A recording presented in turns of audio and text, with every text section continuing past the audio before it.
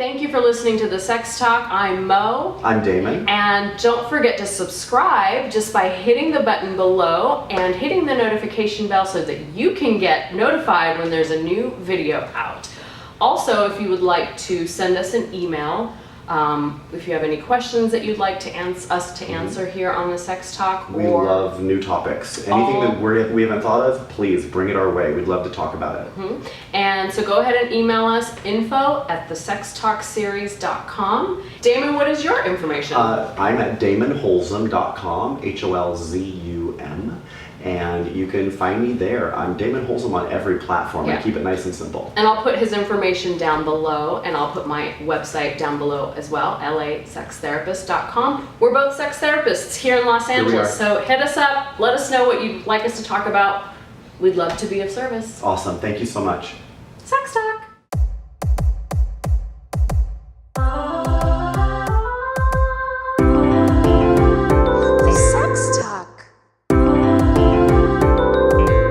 Sex Talk. Today we're going to talk about niche markets in dating. Yeah, I do a little self-disclosure. I was in a wonderful relationship for 8.5 years with my husband, and we're recently separated, but I recognized within that relationship that I called myself the gift with purchase. People gravitated very naturally towards him. He's very traditionally handsome. He's got the beautiful blue eyes, cute scruffy face. All-American boy. Yeah, good-looking guy. And he has a really great energy. And I am the opposite of that. I'm rough and tumble, and I've got a crazy beard, and I've got neck tattoos. And opinionated. I'm a very, very strong energy and presence.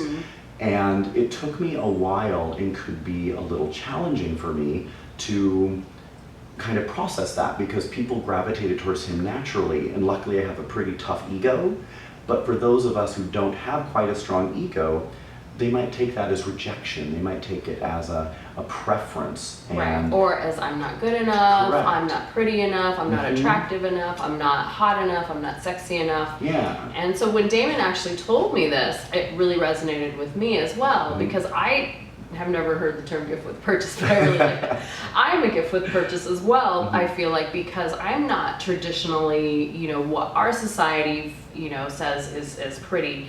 And now I have an interesting story around that too, because being in the lesbian community as well, that didn't really suit me either, because I wasn't butch enough, I was too femme. Oh my goodness.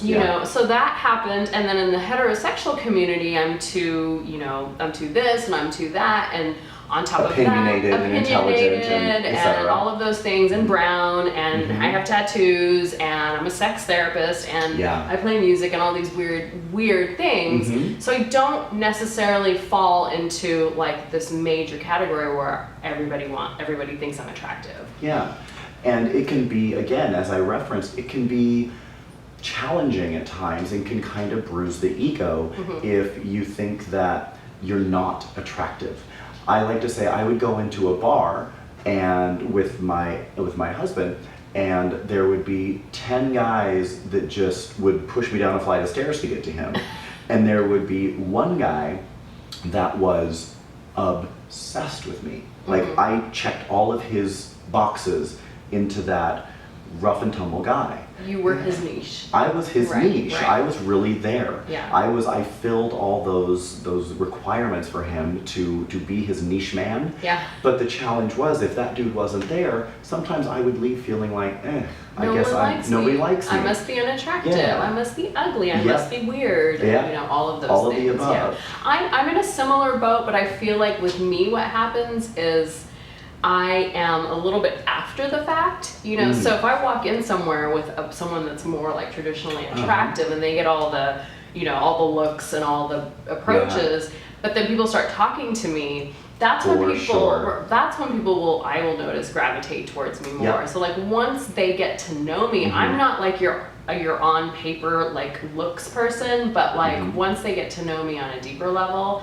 I feel like that's where I get people. Absolutely. So that's why I could never be on a dating app, because I feel like on a dating app, I would be fetishized. Yeah. Oh, she's Indian, and then maybe I would get someone reaching out to me, but Yeah. I think people would overlook me because they don't really know me. Yeah, and that also dovetails into my experience with being very open and a sex positive educator that runs a dance and play party, that I'm very public.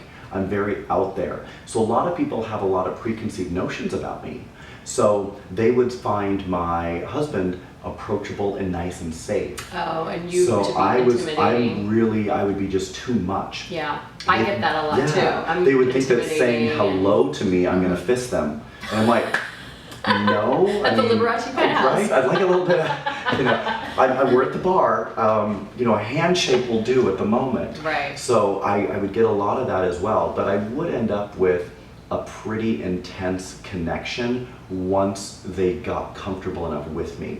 So, Once they got to know you. yeah, and the niche attracts the niche. So I would also get the very big personality people that would gravitate towards me.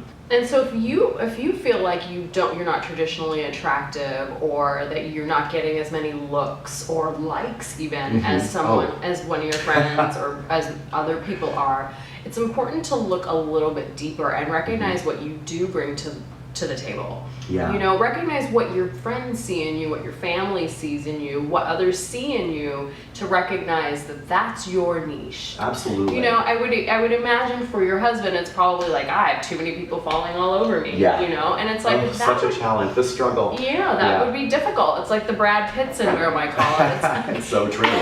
Well, I'll be honest, how this topic came up was when I went on a date with an African American man. And he lamented to me that going out to a bar, and I find him unbelievably attractive, like so sexy. However, he spoke to me and said that he would go out with his friends and he would walk into a bar and everybody would focus on the 6'2", blonde-haired, blue-eyed guy. Right. And he felt very other. He felt like his niche wasn't being met. So you realize that you had a niche. That's very interesting. Yeah, realizing that I had a niche actually was kind of a minor epiphany for me, because I spent a lot of time in the comparison genre. Right. And Mo, you had mentioned likes, like Instagram. And So- very much in the same way with Instagram, if you look at Instagram, like if you have a niche, you need to find your niche market. Absolutely. And people that don't fit into the traditional whatever, and that can be whatever field you're in or whatever Yeah. look, the dating look you're trying to achieve. If you don't fit into that, find your niche. Yeah, your absolutely. niche is out there. It's really honestly identifying what makes you unique and capitalizing on that. So Here in this capitalistic capitalist society, colonial. yes, capitalism, use it for good and evil.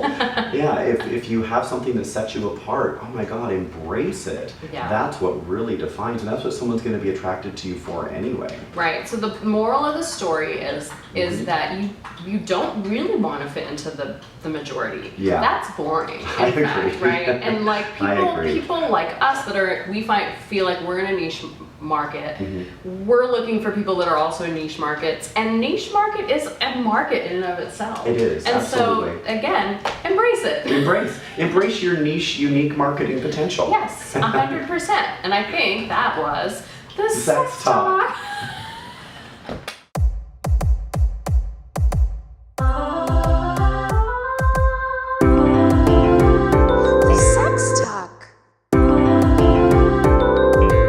Sex Talk.